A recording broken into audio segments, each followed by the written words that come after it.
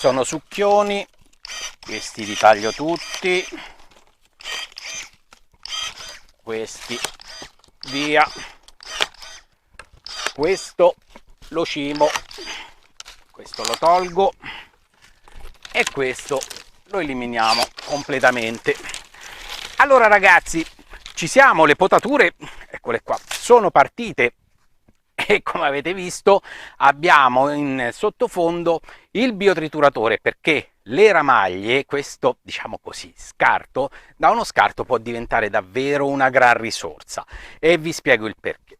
Una volta che noi abbiamo potato le nostre piante da frutta in produzione, quindi la potatura di produzione invernale, tutte queste ramaglie, se noi le infiliamo nel biotrituratore e uscirà fuori la segatura, quella segatura, quindi quello scarto, è davvero una gran risorsa e molto prezioso, rilasciato nel terreno darà di nuovo concimazione al terreno, perché ricordatevi che nel mondo nessuno concima le piante, si autofertilizzano con le foglie, con l'humus, e questo quindi materiale rilasciato nel terreno è davvero molto prezioso e ricco.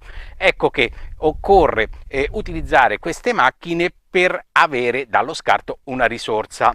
Una cosa, va bene che in agricoltura è consentito l'abbruciamento dei rami e delle ramaglie in certe quantità, guardatevi voi la zona, il periodo, insomma c'è un regolamento che consente di bruciare le ramaglie, però io consiglio sempre di bruciare solamente quelle colpite da gravi malattie sulle piante.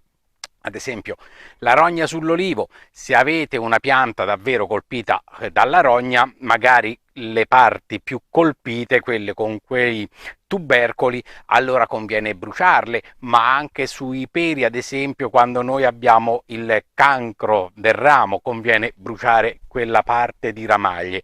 Tutto il resto conviene biotriturarle. Perché si brucia e perché conviene biotriturarle? Si bruciano le parti delle ramaglie gravemente malate perché eliminiamo, distruggiamo la patologia o fungina o il cancro. La bruciatura è consentita, guardatevi i regolamenti del vostro comune, regione, quello nazionale, però cerchiamo di limitare il più possibile questi falò, perché anche questo falò potrebbe essere un inquinante. Poi parliamo poi davvero di cosa inquina, perché altrimenti se io brucio un po' di ramaglie e mi dicono che inquino quante 1000 abitanti di un comune, lì sono frottole che ci vengono raccontate e sembra davvero un attacco all'agricoltura. Poi farò un video apposito su cosa significa inquinare e cosa no. Comunque adesso non usciamo fuori dall'argomento.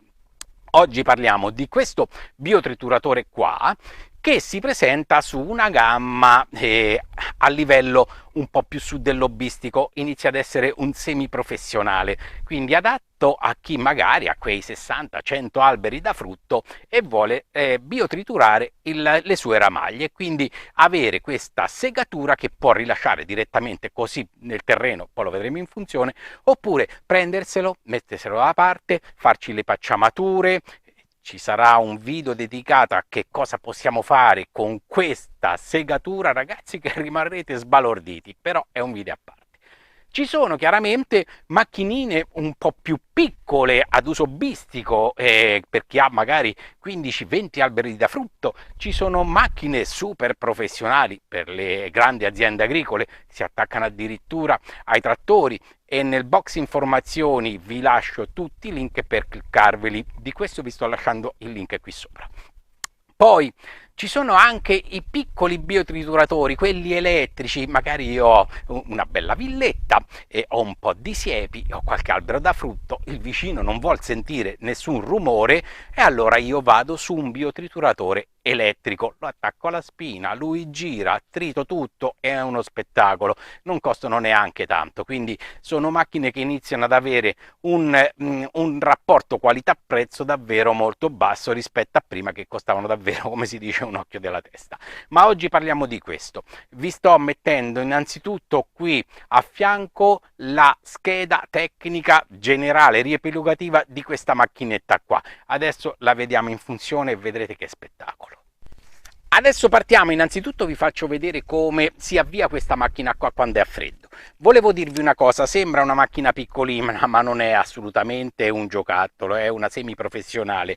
E ora vediamo cosa fa questi succhioni di 1 centimetro e mezzo, e questa macchina ha la caratteristica che riesce a tritare rami fino a 6 centimetri e mezzo di diametro.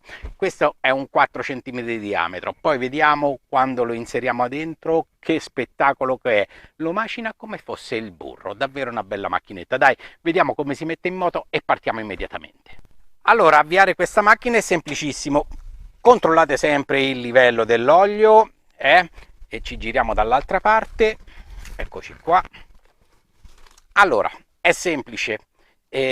Rubinetto lo mettiamo su on, così è off, poi c'è scritto, e così è on.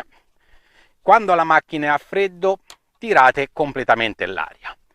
Poi questo è il gas, così è tutto gas e così al minimo, date 1,5 centimetri di gas e basta. E la levetta, questa qua dell'accensione, la mettiamo da off. Aspettate che mi giro un po' meglio, adesso sì che si vede. Da off a on. Ci siamo. A questo punto una bella tirata a fondo. Quando è partito togliamo pian piano l'aria e poi pian piano daremo gas. Facciamo però prima scaldare un po' il motore. Adesso vediamo subito come si fa. Ci siamo, tirata a fondo, tolgo l'aria, aumento un po' di gas e la faccio scaldare un po', quel minuto tanto per rendere il motore proprio caldo, e poi inizia a dare dei giri. Aumento.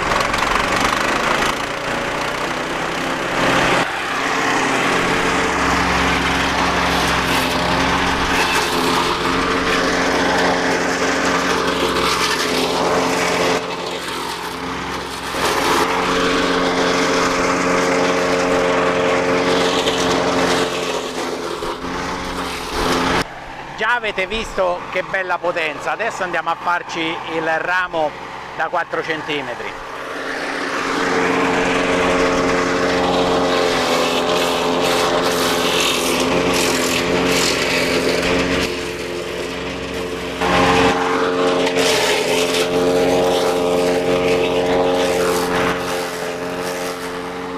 Come avete visto, non è assolutamente un giocattolo, una bella macchina. Mi dà un sacco di soddisfazioni perché mi toglie un sacco di lavoro qui nella parte dell'orto di questi 2000 metri quadrati, dove ci sono anche gli alberi da frutto, e entrare con i mezzi un po' più grandi, con quelli attaccati al trattore per trinciare, è un po' complicato, non si passa, dovrei smontare la cabina, passare sotto i frutti piccoli, è sempre un sacco di lavoro e dispendioso. Invece trito tutto, e cosa ho come risultato? Questo prezioso materiale organico, ragazzi. Il terreno poi, lasciandoci questo sul campo, diventerà sempre più morbido, sempre più soffice, pieno di insetti demolitori, di lombrichi, e la pianta ha l'humus, crescerà su più bella, più forte, più rigogliosa, e io poi questa roba qua la prendo, la metto da parte, la faccio essiccare, e poi quello è il prossimo video. Vi faccio vedere che cosa ci possiamo fare di meraviglioso. Ragazzi, io vi saluto, vi ringrazio di avermi seguito, un pollice in su a questo video se vi è piaciuto, ci vediamo alla prossima, sempre cose carine, bio, mi raccomando. Un abbraccio a tutti, vi voglio bene, ciao da Pier Giorgio, ciao.